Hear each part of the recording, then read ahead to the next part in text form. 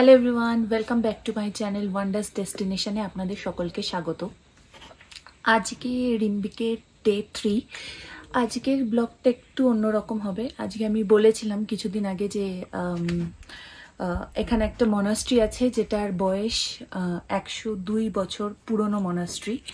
তো সেইখানে যাব এবং সেই মনাস্ট্রিটার সম্বন্ধে আজকে পুরো ব্লগটা যাবে। তো দেখা যাক, যাওয়া যাক। আর বেশি দূর নয়, এখান থেকে হেঁটেই জাস্ট যাওয়া যাবে। যে রিসর্টটায়, এই হোমস্টেটায় আমরা আছি তার নিচের রাস্তাটা দিয়ে যাওয়ার সময় দেখাচ্ছি। নিচের রাস্তাটা দিয়ে গেলেই নিচেই মনাস্ট্রিটা। খুব ছোট মনাস্ট্রি কিন্তু খুবই সুন্দর শুনেছি। যাই হোক, যাই গিয়ে ভিডিও করছি আবার।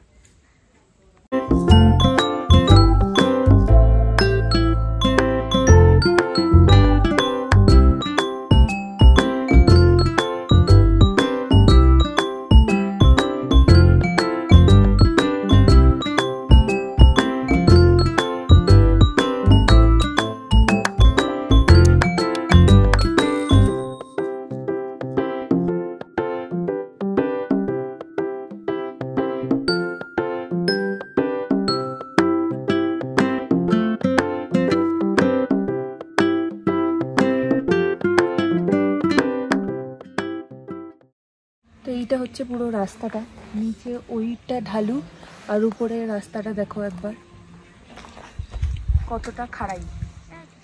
ক্যামেরাতে হয়তো বোঝা যাবে না কিন্তু অনেকটাই। যাই হোক, নামা দেখে যদি বোঝা যায়। এখান থেকে এই মৈত্রী রিট্রিটটা অবধি কিন্তু কোনো নর্মাল গাড়ি ওঠাটা খুব মুশকিল। মানে যদি বোলেরো একমাত্র উঠতে পেরেছিল কালকে, আর এমনি কোনো নর্মাল ছোট গাড়ি কোনো কিছুই এই রাস্তাটা দিয়ে ওঠা সম্ভবই নয়।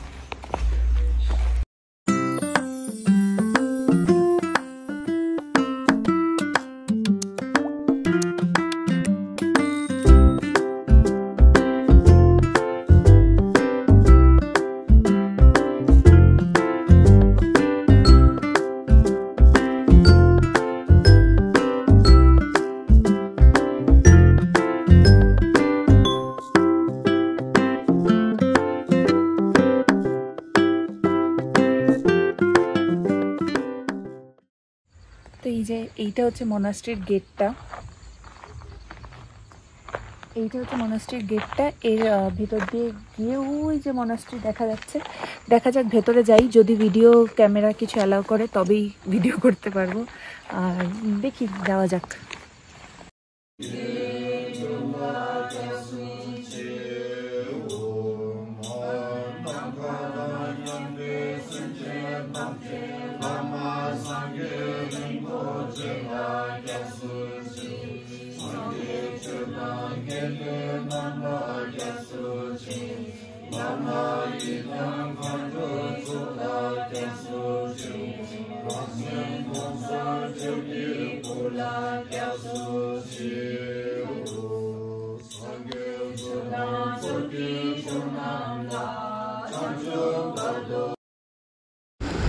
আরেকটা ইনফরমেশনও দিয়ে রাখি, এই ফ্লোরটার ঠিক উপরে কিন্তু একটা ওদের মিউজিয়াম মতন করা আছে, ছোট্ট একটা মিউজিয়াম।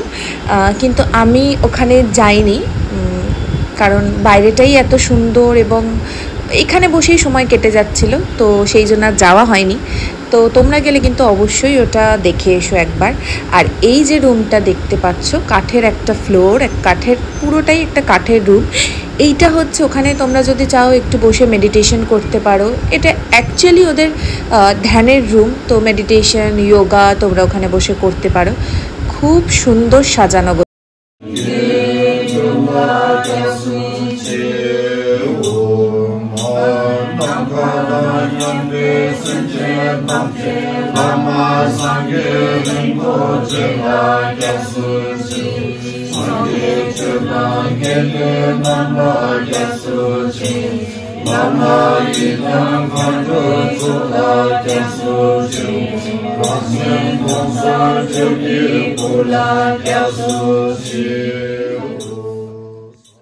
তো এরপরে এতটাই গরম লাগছিল সেই দিন, আর খুব রৌদ্রও ছিল। তো বাইরেটা একটা সুন্দর বসার জায়গা করা আছে, সুন্দর ছাতা সিস্টেম করে একটা, খুবই সুন্দর। বসে বসে সারাটা দিন তোমরা ওখানে এনজয় করতে পারো। তো ওখানে আমি বসে গেছিলাম ওই জন্য। সকালবেলায়ও দেখিয়েছি মনাস্ট্রিটা, এখন বিকালেও এসছি। সকালে এতটাই রোদ্দুর ছিল যে অতটা ভালোভাবে কিছু মানে ভিডিও করা যায়নি, এত রোদ্দুর এখানে। প্রচণ্ড সকালের দিকটা গরম ছিল, এখন ওয়েদারটা একটু চেঞ্জ হয়ে গেছে, মেঘলা হয়ে গেছে পুরোটা। আচ্ছা, এই যে মনাস্ট্রিটা পিছনে, এই মনাস্ট্রিটার নাম হচ্ছে মানেদারা সামটেন মনাস্ট্রি। মানেদারা সামটেন মনাস্ট্রি।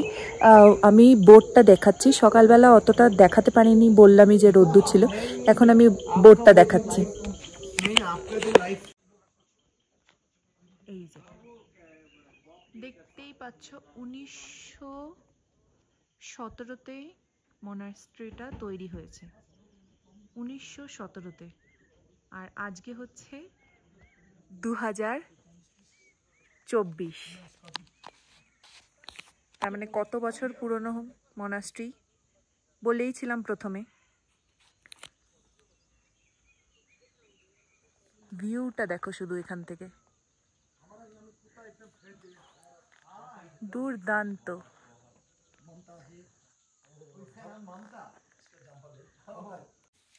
বিকেলবেলায় আবার এসছি নিমার টানে। ওর নাম নিমা। নিমা এখানে অনেক বছর ধরে থাকে এই মনাস্ট্রিতে। মুখটা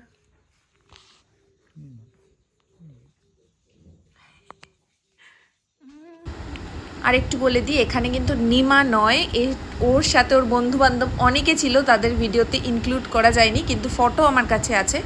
আর এইটা দেখো, এটা হচ্ছে মনাস্ট্রির মধ্যে যারা থাকে তাদের একটা রান্নাঘর, ছোট্ট রান্নাঘর, কি সুন্দর করে ডেকোরেট করে রেখেছে। আর ওরা সত্যিই মনাস্ট্রিটাকে দুর্দান্তভাবে কিন্তু সাজিয়ে গুছিয়ে সুন্দরভাবে মেনটেন করছে।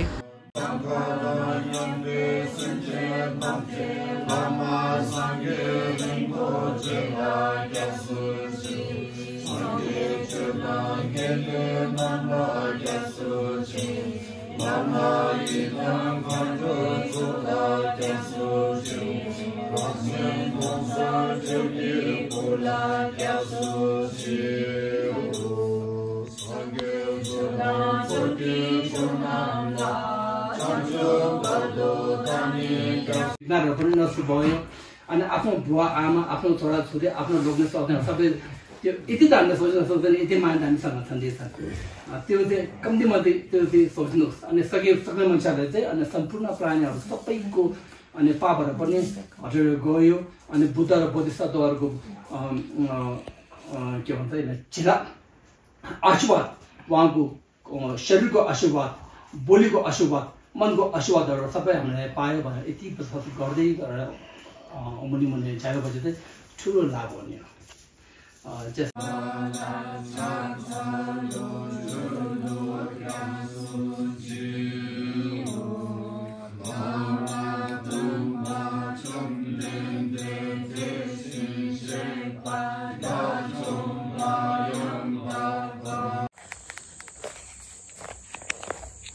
সকালবেলায় হচ্ছে মনাস্ট্রিটা দেখিয়েছিলাম। এখন এখানে হোটেলের সাইড দিয়ে আরেকটা রাস্তা আছে, এখানে হচ্ছে একটা শান্তি স্তূপা আছে। মনাস্ট্রিরই ওটা আর কি, শান্তি স্তূপা যেটাকে বলে, দেখাচ্ছি গিয়ে। আর ডিটেলস কিছু, শান্তি স্তূপাটা কি অ্যাকচুয়ালি সেটা কি তুমি জানো ডিটেলসটা? আচ্ছা, গিয়ে বলছি, দাঁড়াও।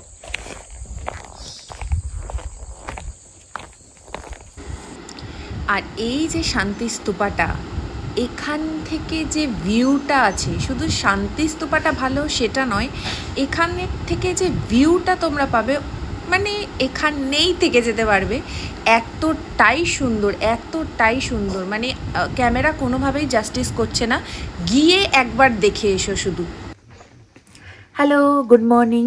তো কালকে যে ব্লগটা বানিয়েছিলাম মনাস্ট্রি যেটা ছিল, রিম্বিকের যে মনাস্ট্রিটা ছিল, সেইটার বিষয়ে ছিল পুরো ব্লগটা। এবং লাস্টে একটা জিনিস দেখিয়েছিলাম, একটা বৌদ্ধ স্তূপ যেটা ছিল, তো সেইটার ব্যাপারে বলেছিলাম কিছু একটু বলে দেবো, মানে কেন বৌদ্ধ স্তূপ বানানো হয় এবং তার কি কারণ।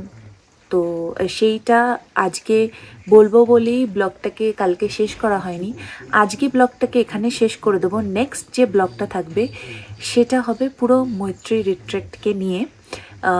রিম্বিকের কোথায় আসলে, মানে রিম্বিকে আসলে তোমরা কোথায় ভালোভাবে থাকতে পারবে এবং পুরো নেচারটাকে একদম সাথে নিয়ে থাকতে পারবে, তো সেই বিষয় নেক্সট এপিসোডটা কিন্তু অবশ্যই দেখতে হবে। আর আগের এপিসোডগুলোও যদি ভালো লেগে থাকে অবশ্যই চ্যানেলটাকে সাবস্ক্রাইব করবে আর ভিডিওটা একটা লাইক করে দিও। যাই হোক, এখন আমরা শুনে নেব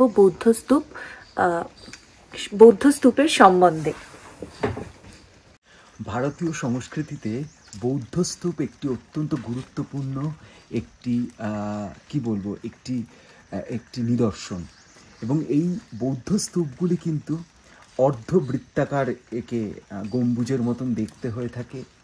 এবং এটির মূল বৈশিষ্ট্য হলো এটি হচ্ছে বৌদ্ধ ধর্মের একটি স্মৃতিসৌধ, অর্থাৎ শান্তি স্মৃতিসৌধ। ফলত এই ধরনের বৌদ্ধ স্তূপগুলি কিন্তু শান্তির বার্তা বহন করে, এবং মূলত খ্রিস্টপূর্ব প্রথম এবং দ্বিতীয় শতকে আমরা এই ধরনের শান্তি স্তূপগুলি দেখতে পাই, এবং যেগুলি কিন্তু শান্তি মৈত্রীর একটা বন্ধন রূপায়ণ করে। এবং এই ধরনের শান্তি বৌদ্ধ স্তূপ আমরা কিন্তু সাঁচিতে ভীষণভাবে দেখতে পাই। আর এখানে তো কি সুন্দর একটি বৌদ্ধ স্তূপ আমরা দেখলাম। এবং বৌদ্ধ স্তূপ কিন্তু ভারতীয় সংস্কৃতির একটি অত্যন্ত গুরুত্বপূর্ণ এবং অত্যন্ত সমৃদ্ধশালী ঐতিহ্য।